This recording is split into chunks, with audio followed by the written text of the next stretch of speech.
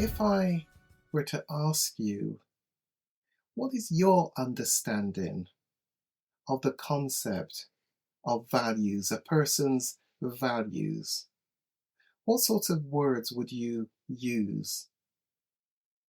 Rather than repeating the word values itself, what other words might express what I'm talking about? Because I want to make sure that we're on the same page as to what we are dealing with in this session when we talk about values.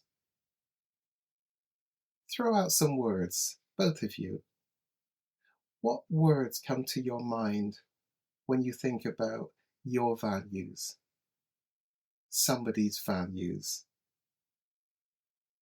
Would you agree with me such things as principles, standards, morals, ethics are all alternative words that could be used for values? Would you agree with me that a person's values don't really change overnight, quickly? Someone has said our values are caught, not taught. I'm not entirely sure about that, because I think there is something about the childhood developing stages of life where we do get the baton passed on to us initially in the early stages of childhood development. But definitely I agree that as we grow up, we evolve our own values. But once those values are in place, those guiding principles as to how we are going to go on to do life, how we want to do life, they are our choices. And our values go to the core, the heart of us. They're pretty significant. They're pretty major. No one is going to talk us out of them very quickly overnight. I always say that no eloquent teacher, preacher is going to preach to us, talk to us, and cause us to change our values quickly. They may certainly give us a lot of food for thought, but we're not going to change those values very quickly.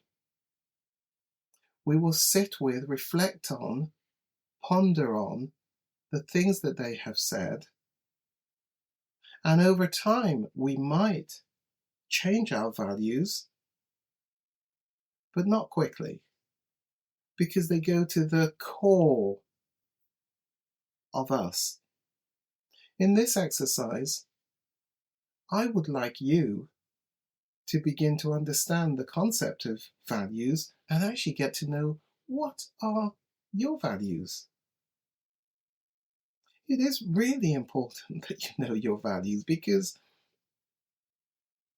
so often, unwittingly, unknowingly, you harbor, you carry deep within you some values that you may not own, they may not be visible until somebody trespasses on your values.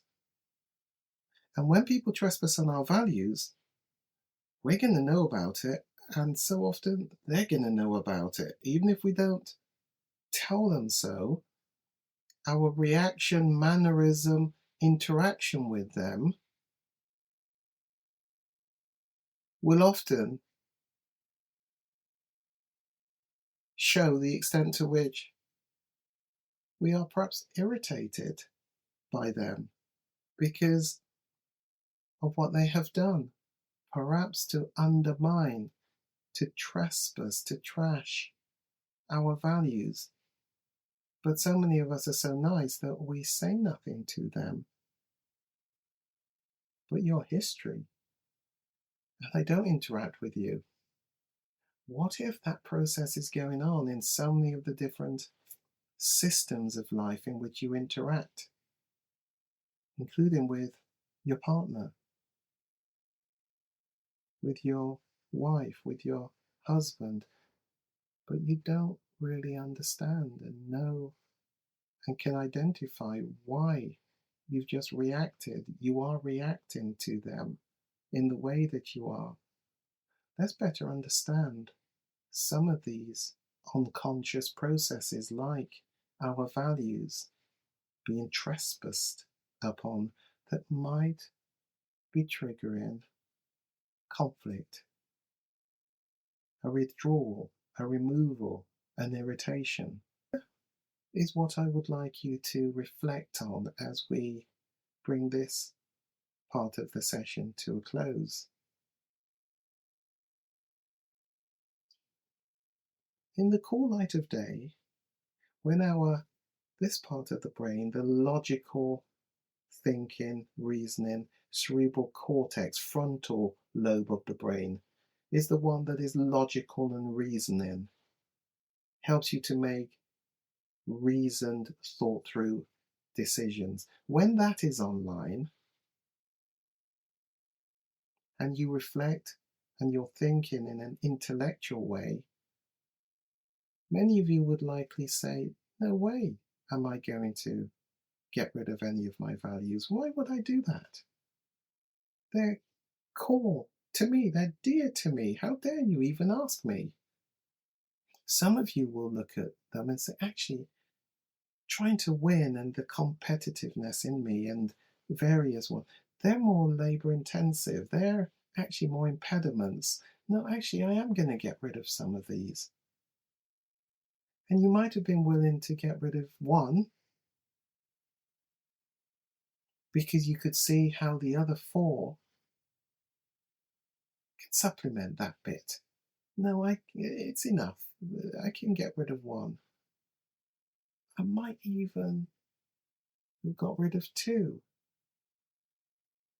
When you tried to get me to get rid of three, no, I didn't try to get you to. What I said was, I wonder if you're willing to. And so, how far did you go? Some of you didn't go, didn't get rid of any. Here's the point. In the cool light of day, when your logical brain is thinking through, you'd say, no, I'm not. Or maybe I'll get rid of one, but that's as far as I go. And yet, in the times of conflict between the two of you, are there some emotions or situations that get the better of you that causes you to do and say some things to your partner, towards your partner, that effectively means your action or inaction has caused you to trash, to undermine your own values that on another occasion you wouldn't give any thought to trashing your values and undermining your values. And yet, conflict, upset, in an emotional place, often when your logical thinking brain is going offline and you're working from something further back here, deeper in, called the limbic brain, the emotional brain, that causes you to do some things, say some things that trashes your values. I'd like you to reflect on that and then have a conversation together. Do you agree with me or disagree with me? The very fact that we find ourselves doing and behaving in a particular way towards our partner, is it possible those behaviors, those actions, those inactions could be interpreted as actually trashing, undermining our own values, which we normally would not even contemplate doing, but find ourselves repeatedly doing in conflict situations? Single, but want to better understand why? Preparing for marriage and want to give it your best shot. Perhaps you're in a partnership, a couple, and want to address some issues. Maybe it's a marriage, but it just ain't working too well. Are you a couple, but know it could be better? Consider a diagnosis, a form of MOT for the relationship. Want to limit passing on the stuff to the children, because we know that childhood development really does impact the shaping of us and how we go on to do adult life. Want to maximize the quality of your relationship. Perhaps communication just definitely is not working well. Conflict needs managing, needs resolving. Sex, the first casualty when there is conflict, may be something of a sense of a mismatch, but there are definitely some problems in sex. Maybe you're long time married and you've settled, but you know you haven't settled for good enough. Consider the Kairos Center video on demand program. In that program, you'll cover a lot of topics from A to Z, and you can do it in the comfort of your own home at your leisure, and have some periodical homework review sessions with me from time to time at your leisure. Maybe you would prefer secure webcam where one of you or both of you come for maybe weekly sessions. There's something for everyone in the Kairos relationship program. Contact me today. Whether you're in a partnership, a marriage, these things are true. Marriage is not the coming together of two people. It's actually a clash of two cultures, two experiences, two memories, two habits, two morals, two values. And that is a formulation for destruction, says Dr. Miles Monroe. Also, Dr. Creflo Dollar has said, marriage is the place of our healing. Don't leave it too quickly. And if I add a little bit extra to that, you're destined to repeat the problems. So why not work through this partnership in order to address the issues, which is more about me than the other person, and then make an informed decision about what you do for the future of the relationship. Send me a message. It's time to get your quality of life and relationship back on a proper footing.